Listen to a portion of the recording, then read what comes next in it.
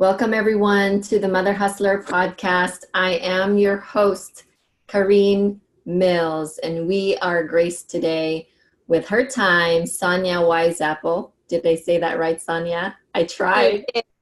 You got it. Wise apple. Not a problem. Yay! So, Sonya was actually recommended to me by Megan, right? Yes. And Megan says a lot of great things about you, and I'm really excited to hear your journey to where you are at now. And of course, you are a mother hustler, and it's we just talked about this offline on how there's always something, that comes up for us because we have so much responsibilities. So I would love to start hearing your journey from your childhood and what you were exposed to with your parents, your mom, especially your mom, because I think, a lot of times our parents show a lot to us and, as much as they want to tell us what to do, yeah, it doesn't always work. So, It comes out in a different way. So, yeah. Well, welcome. Thank you. Thank you for having me and being part of the positive mommy world. That's a very important thing. I think it's one of the hardest jobs I've ever had. I have owned my company since I was 23 years old, and I'm 48, and so it's been 25 years, and I have definitely learned a lot. I don't think if anyone had told me what I was walking into, I would have chosen that, but I did, out of avoidance of writing a resume, start a company, and I haven't looked back. There have been days when I've quit, but for the most part, those, by the time I wake up the next morning, that was just a bad day. And so you let certain things go. So my childhood experiences, we were Air Force. We were from the Midwest. My parents were in the Air Force, and we moved a lot, and kind of every 6 months. And that taught me, without even being conscious of it, moving. And then when I was in kindergarten, kind of 5, 6 years old, my mom announced, and it's just one of those weird sentences that it was like a whole discussion in the kitchen, which is, she didn't really say it, but she said it, and it meant something far bigger to her than the sentence would if you were reading it on a piece of paper, which is, Richard, I'm unpacking my china, our wedding china. Okay. And it's kind of like, so what does that mean? And it means I'm not moving again. By the way, I'm not moving again. We're married now for, almost a decade at that point. And she's like, I'm done moving. The china is coming out of its original packaging, and we're staying in San Francisco to raise our daughter. And that's it. So we took root, we hunkered down, we bought a home, we renovated, we were there. Then my dad got a promotion.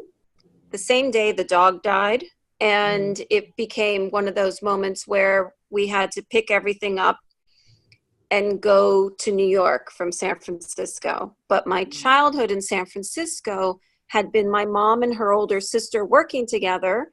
And her older sister, my aunt, is an architect, interior designer for very high-end hotels, restaurants, and residences. Wow. So she traveled around the world finding objects and doing installations, and my mom managed her business. And my after school, from lower school on, was hanging out at the office, sorting out carpet samples and fabric, swatches and wooden tiles, and meeting all of the designers and having conversations about, drag queen, parades they were part of, or things. It was just a very creative, adventurous time, and zero judgment. It was very different than the Midwest where they had grown up. And they were very open and a lot of fun. Wow. And my mom's other sister lived not far away, but on an airplane in Los Angeles. And we would go down on holidays, or she would come up. It was only an hour kind of journey. And my mom would sometimes send me down there. And Aunt Joanne ran was a head nurse for a service that went in and out of people's homes as they were aging, and they needed to be checked upon for their medication and for their blood pressure, and were they eating, and were they okay? And if they weren't, she'd flag it. So during the summer, my mom would send me down for a few weeks, and Aunt Joanna's a woman and no children would take me with her to work every day, because in the 70s, you didn't really have what you have now available camp-wise. So I would dutifully sit and look around and see all these elderly people's homes and see how they kept their place, and watch her have these conversations, and no longer was scared about those kind of, seniors in, because I had grandparents, but I didn't, we weren't often doing blood pressure and medication discussions. They were grandparents. So this was, they felt older somehow, but they probably were just not as well as my grandparents at the time. And then that went on for many years, and had friends, and a very fun childhood, and was influenced. And I often talk about in the late 70s, we saw, as a family, we all went to see King Tut that traveled from Egypt and landed in San Francisco, and we waited a long time to get those tickets, and we all went as a family, and it was an incredible exhibit. It was just room after room after room of objects. Like, there was nothing, no press, nothing I'd ever seen that was like that before. And I remember having this conversation at the end of the journey through the museum that really was, wow, he took all that with him, was the comments from my family. This was made for his death and his demise, and can you believe how much he took? And I remember as a little kid saying, well, if he took it, why do we see it? Why, like, if he took it and he's dead, why do we have it here? Right. It just didn't make any sense to me. And I think they all kind of looked at me like, oh, she has a point, like, I don't know. But that was the end of the conversation. And so then a few years later, my parents were traveling for my dad's job, and he got a promotion. And the dog died, and the same day they came home and announced that they got this promotion. And it was again a discussion about the china. Okay, we're going to have to pack the china, and we're going to move to New York. And we get to New York without the dog, who was my brother in many ways. And we get to New York, and then my dad passes away. And so I think it was kind of like one of those, he took to be very ill, but within 9 months was gone. So we were in the midst of being in a new environment, in the midst of an uncomfortable renovation, and then dealing with a cancer diagnosis, and then a death.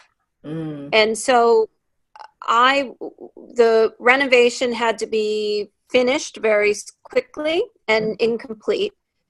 And the delivery of all of our items from California had to happen, and all the problems that came up from that delivery and breakages, and just the way New York works is not the way any other city in the country works. Right. Other cities are normal and they're courteous. New Yorkers, not so much. And there's, and there's regulations, and you can't do it on certain hours. And it hasn't changed. It hasn't changed.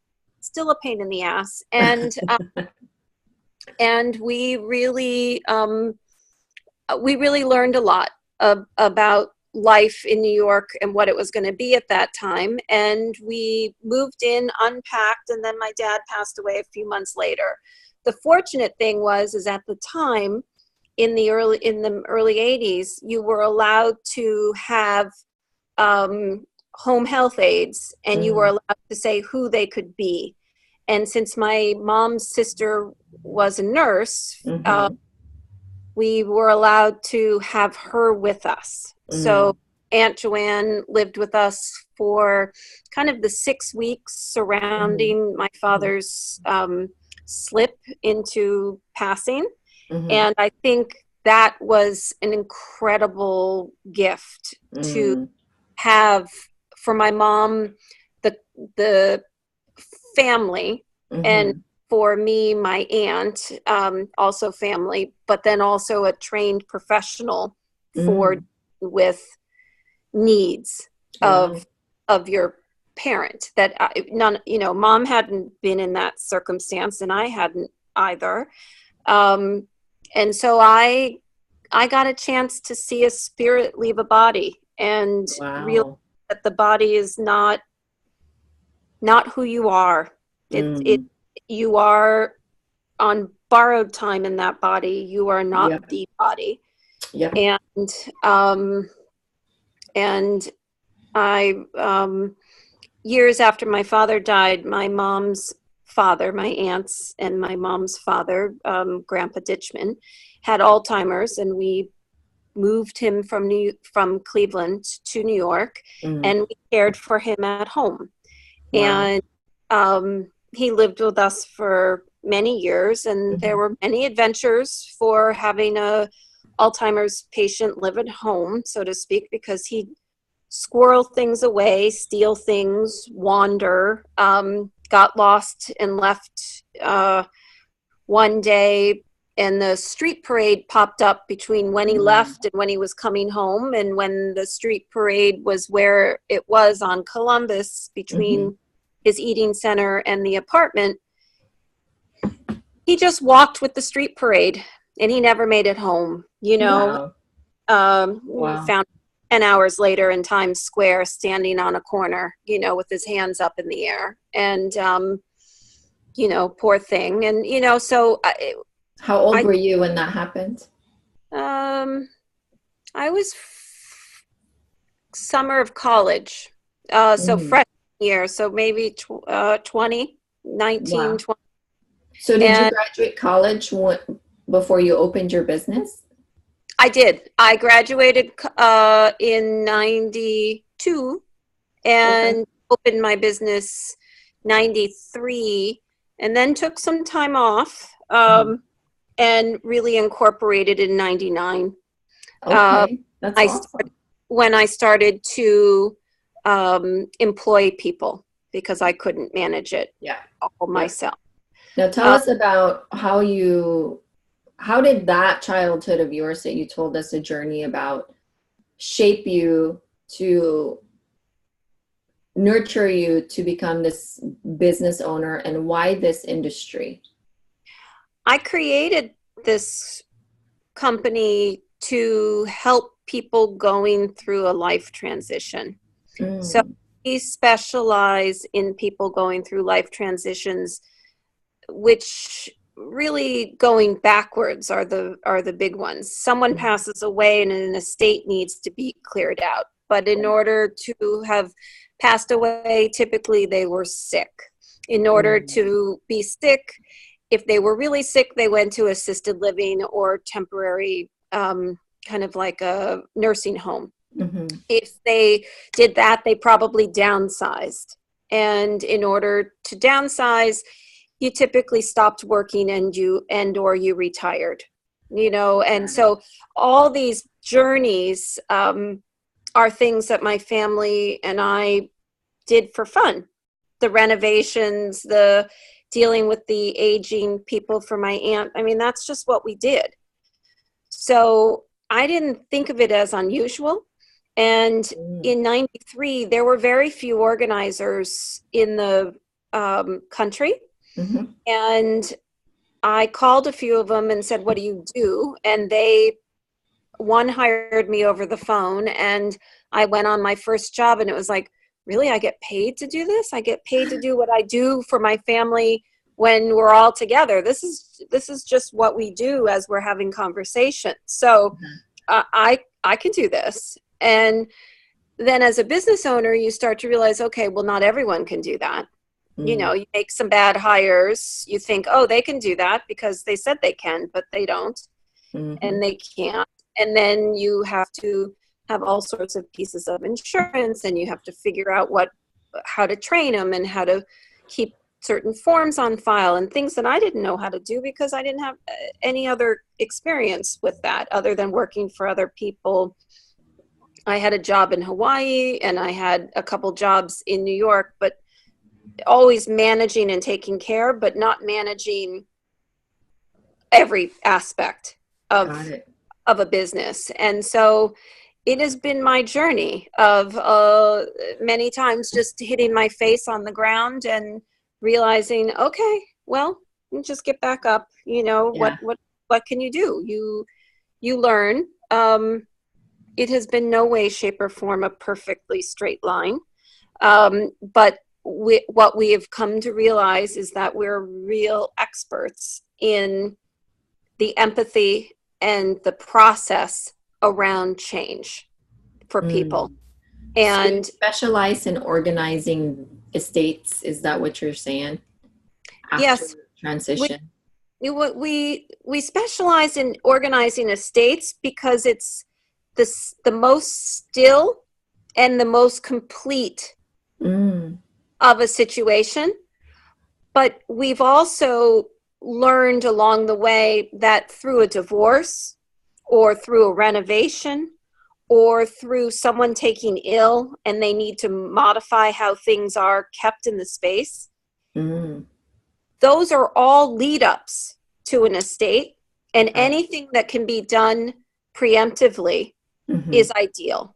And we call it organizing. And but we've taken it to another level by figuring out what people own and inventorying what they own, because in the estate process, you have to do that anyway. And it's often not the time that you want to do that. You want to do that at a time when you don't have anything else to do, which in our world is very rare, that you don't have all these other things to do. So people don't do it. And they don't do it, and then they have some sort of calamity, like a hurricane or a fire, or they bring in home health aides. And so, like in our family, when we had grandpa, things just walked off. Things just left the house. And some of them were family heirlooms, and it's really sad because they're just gone. And they weren't theirs, and we weren't of the mindset to be checking, nor did we want to have to distrust someone who's caring for our loved one, you know, and not all are distrustworthy, and it could have been a number of people or circumstances, but the reality is that the things are gone because we didn't have a proper record. And had I had a proper record and we were checking, we would have noticed it sooner and been able to say what's going on. So I love how this is why I asked about childhood, because it truly, I believe that our journey in our life from the very beginning of our life has been preparing us to who we are supposed to become in the future, right? And that everything that happens to us are necessary recipe to get here. And so I love how all your journey actually ties into what you're doing in your business. And it is, and I don't think, I really think that that's what allows us to be as good at it as we are, is that those who work for me have all had their own loss. It tends to be loss that we've all gone through, that if you have loss, you know how to mitigate and protect it. Right. But if you've ever experienced the loss or the pain of something, you don't know what you don't know. And so my team have all lost loved ones, have all either been through a divorce or some sort of something that they really hurt them, but they recovered. And so they're very empathetic to what other people need and how it feels at that time that, you know, you're walking into someone's family's estate and you are courteous in a different way because you understand that they're not ready to hear certain discussions, or they don't want something so clinical.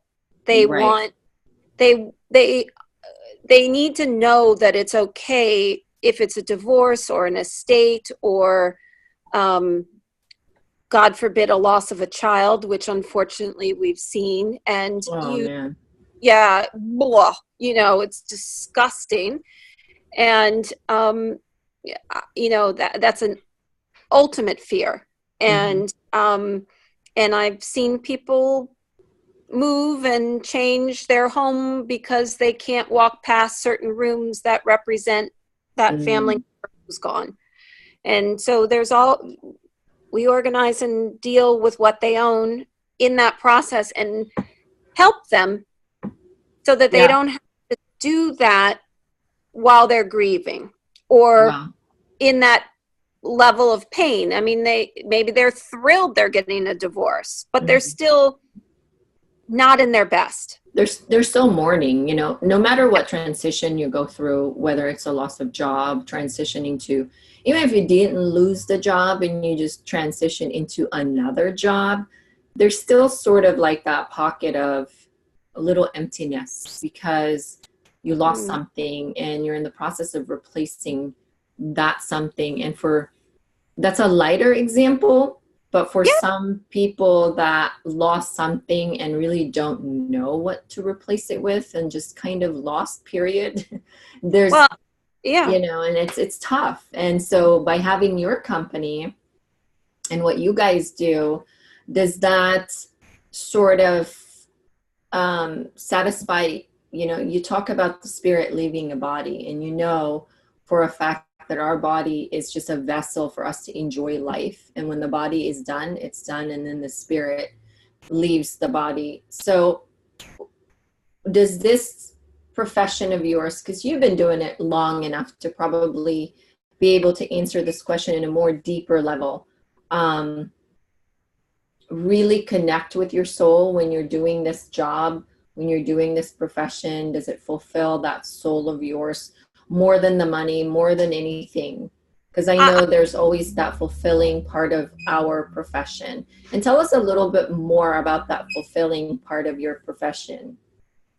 I think it was a calling for me. I think it was actually, when I started the company, I did most of the projects myself.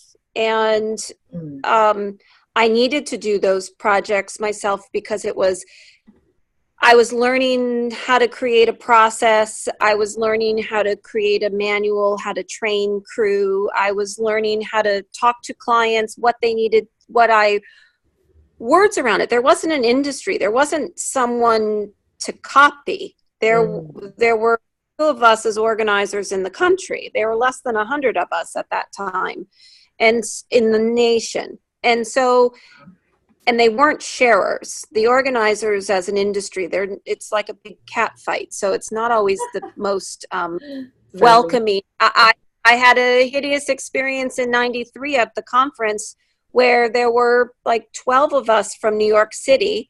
And it was a conference.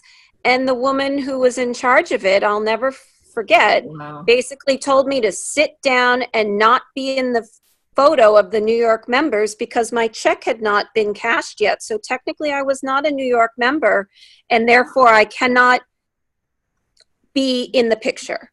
And I thought, you bitch, you know, like, I don't need you all. And that was the last conference I attended and the last time I really partook in the association. I am a national member, but I don't participate in the New York chapter because it was always from a place of lack, and it Mm. didn't match who we were as my team and how I feel. I feel that it's a gift and an honor to enter people's lives in a time of transition, to have earned enough trust to touch their underwear drawer or their archivable papers or their family photos, or, Mm. in any life transition, to be trusted with what it is that they are going through from a private point of view, like a therapist, but with their stuff. And Wow. I really worked out for myself. It did take many years, but I worked out for myself um, my own healing. Mm. And I know that we have healed many families and many lives. And I know that there are some that have come to us that my strength is not strong enough. And as a collective, we cannot fill the void for some of these Mm. clients that come. They are too pained or too angry or too awful. And Mm. those don't go well. Yeah. And now I've gotten to a point where I won't take them.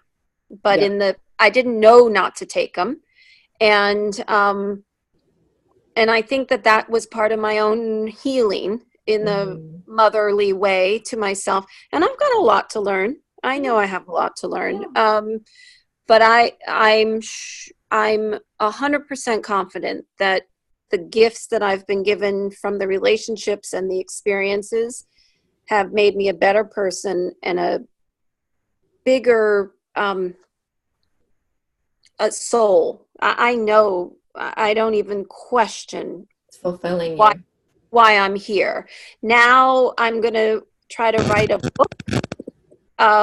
book to talk about kind of organizing from a financial point of view, the benefit of having your world in order, because we've seen too many mistakes for people not having certain things together. Yeah. And I want to be a speaker on national stages to make that happen, because Good. too many there's too many people doing this work now, but without a lot of heart. Right. And I think that the heart is the healing piece. And although I've had my heart bruised and, put back together a few times and challenged with clients and employees and circumstances in my own life, it's my calling. And Yeah. it's not going to stop me and my, Good. I love and that. yeah.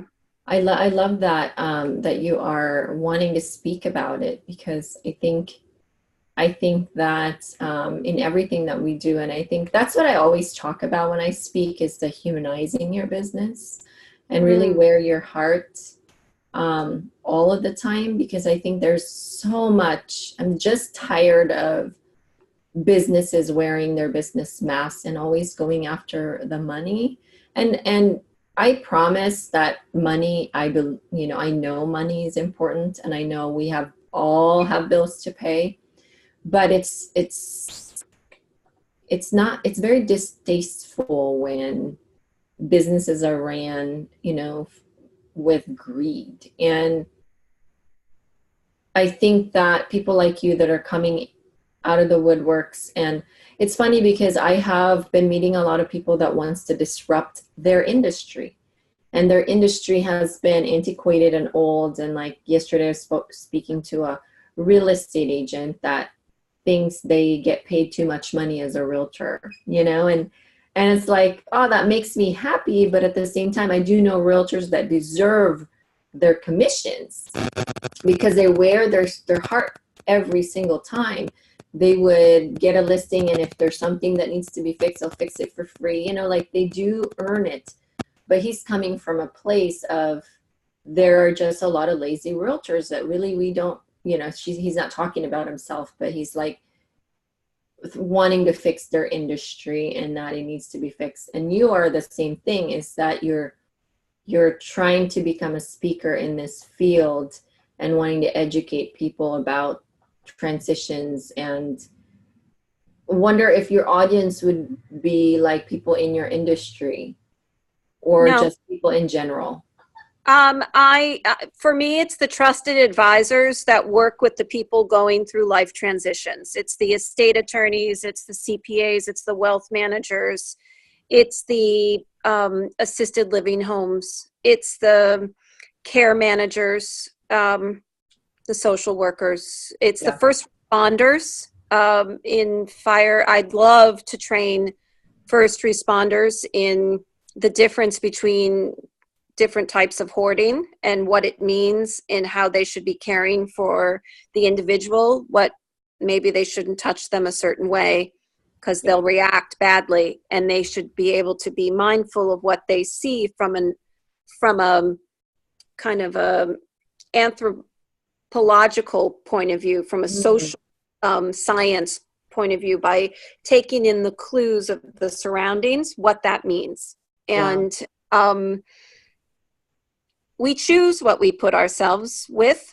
And even if you don't choose, you've chosen not to choose, Right. which says something. And so by doing that, I think you're leaving a breadcrumb trail of who you are. Right. And that's why at death, there are no more breadcrumbs coming.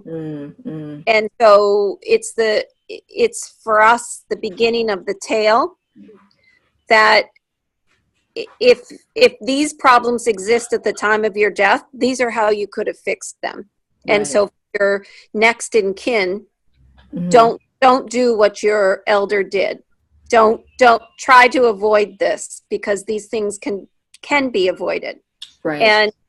And trying to get as far back to birth as possible in an educational process. So to me, anyone who is talking to people as a trusted advisor that has the ears of people going through life transitions is who I want to speak to. Okay. That's wonderful. So I was in financial planning, but more heavy on insurance, and I'm still in insurance, but I'm no longer in financial planning.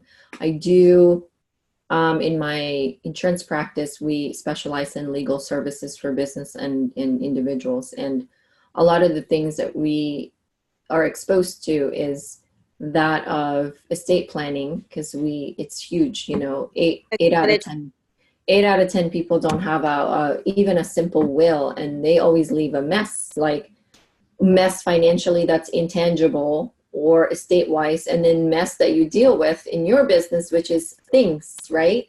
And it's all the thing. If they left it a mess intangible in paperwork wise, they probably left it a mess physically too. Exactly. So I'm exposed to, so I'm nodding to a lot of the things you're saying, because I'm exposed to that industry that you want to speak to. Okay, well, maybe we can speak together somewhere. Yeah.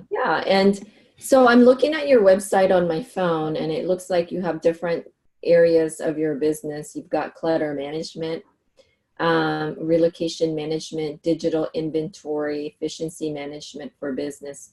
You guys do help businesses to get efficient in their business and organize them. Of course, because many of our clients own a company or are part of it, or we meet them in they're making some level of change in their life, and whether or not they're making a change in their work, and then they want to support themselves by making it at home, or they make it at home and they take it to work. So there's always a crossover with our clients. Wow. Typically, a lot of our clients are professionals who are lawyers or CPAs or financial planners. So they get it, and it's what's helped us grow.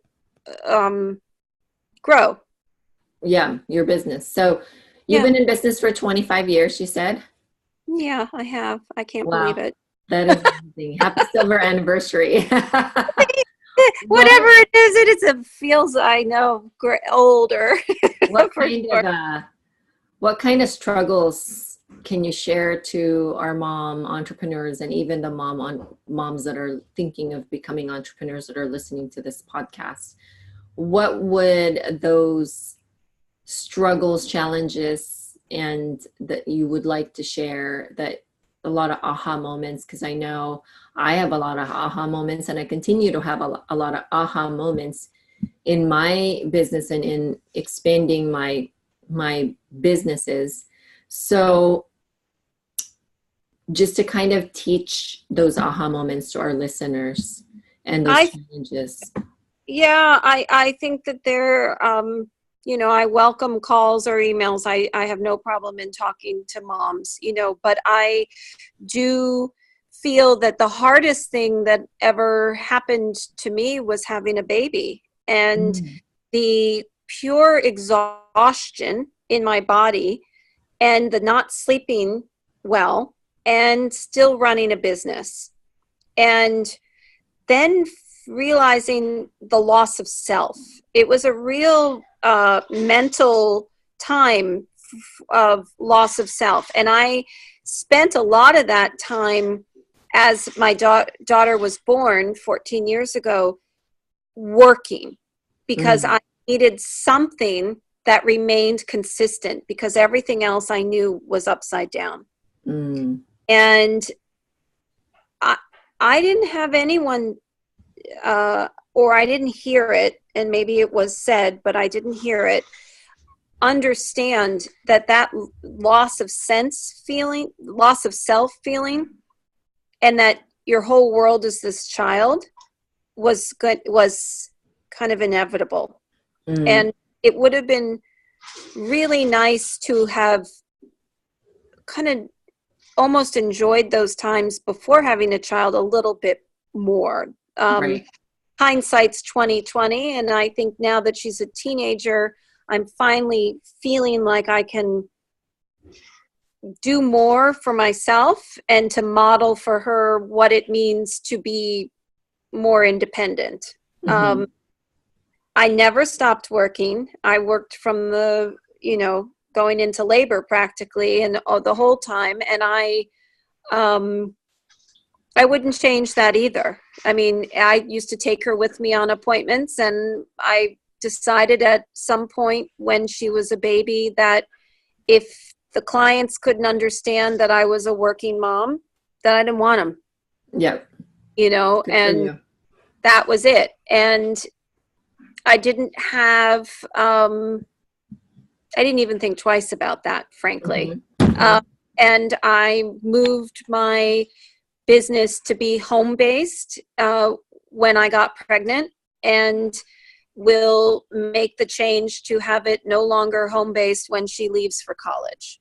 Mm, Like I feel like the years of her time in my life as a parent, those 18 years, the business could accommodate me having, the only way I could give the max to the business was to have the flexibility within the business to do my work when I needed to, yep. but also be home. Yeah. And and when she goes to college, I know that that's my opportunity to finally buy an office and to have set up a place. But I'm not going to do that now, especially in the teenage years where who knows what they're up to. So, Yeah. you know, They need in you. hindsight, yeah, it might have been better to not be around in the little years. She wouldn't have noticed as much. But I also think that imprinting of just knowing that we're always there was helpful too. Wow. What is your favorite part about your job, your business? The the um, the connections between people, the leveraging of other people's skill sets, the understanding that um, someone else really loves what they do, and I fit into their world by offering them a service that supports them this way. Mm-hmm. That's that to me is the most exhilarating. And whether you call that education or business development or just client services, I don't know. But for us, that's really been the most exhilarating. And my skill set is education around this. And I just went through an experience where I had a salesperson, I fired a salesperson, and I didn't want to, but it didn't make sense because they can't sell the way I can sell. And I think I need to sell and get the business to a plateau 3 in order to allow things to come in without, she can't be me. And, and I can't deal with paying for something that is coming from me that should have so it was a great experiment. It was a good experiment. Is another one of those okay, I'll eat a little crow on whatever. Not 100%. It's called a degree, a life degree. There's a little epithets on your shoulder of okay, check. There's a degree. Yeah, it's a degree. All those experiences with clients and employees and circumstances. How many employees do you have now? 15. Awesome. So there's cool. It's a team, and we travel the United States. We do projects all over, but we're mostly in the tri-state area. There's plenty to do here. But many of our clients have multiple homes, so when you're done with one project, they want to finish it in the other places. Yeah. If you ever are in Portland area, that's where I'm at, Portland, Oregon area. That's where I'm at. Yeah, let me know. So your mom is still around? My mom is still around. She's still at Corcoran selling real estate, residential real estate. Wow. I'm other than my aunt or my grandfather, and all my grandparents are gone, but my mom and all of her siblings are still around, and my father's sister is still around, and I have cousins. That's awesome. It's awesome. What message would you tell your mom if she was listening today? I'm forever grateful for all you did for me. Awesome. Yeah. I love her. She's everything, Oh. What about your kids? And I know you're a stepmom of 2, and then you have your daughter that's 14 you told me about. What message can you leave your kids? Because for me, my kids always Google me all the time, and I don't know if your kids Google you, but what message would you like to leave them?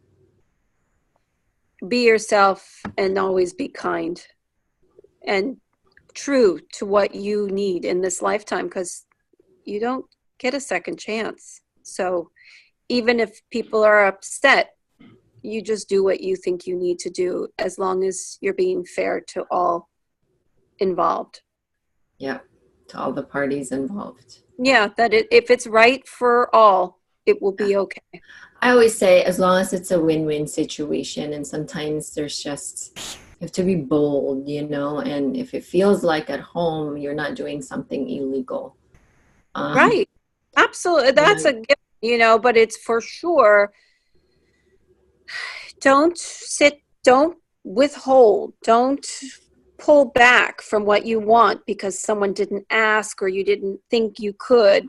Go for it. That was really a gift my mom taught me, was that ballsiness, that I wasn't invited, but I'm going to go anyway because of course I should be there. I don't do that, but she has no problem in putting herself out there. That's awesome. And I that braveness I've learned to channel in other ways, but yes. We always do that. We take our parents' teachings with a grain of salt, right? Because, they show us a lot, and sometimes what they show us we don't agree with or we're not aligned with. But overall, our parents have molded us to become who we are. And I love that you said to your mom, I'm grateful for everything you've done for me. Oh, without a doubt. It makes me cry because she's, I worry about the day that I don't have her anymore, but I love her. That's so cool. I love that you have a really good relationship with your mom. Oh, of course. And I expect the same with my daughter, but she's 14 right now. So so Teenager. it's a little different because we're all idiots, all the elders are idiots, but Are annoying.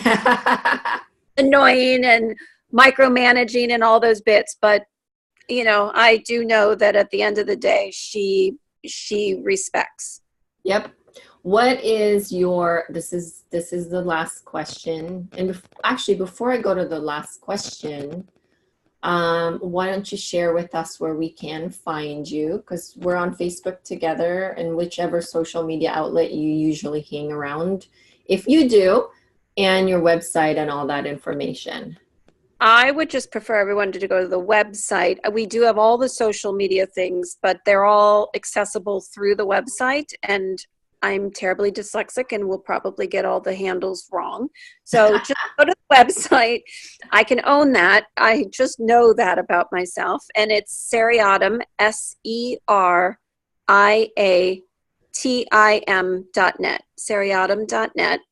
And I would love, love, love anyone to, visit and to see if there's something that inspires them. And we've got a team working on the social media, and they've done a brilliant job.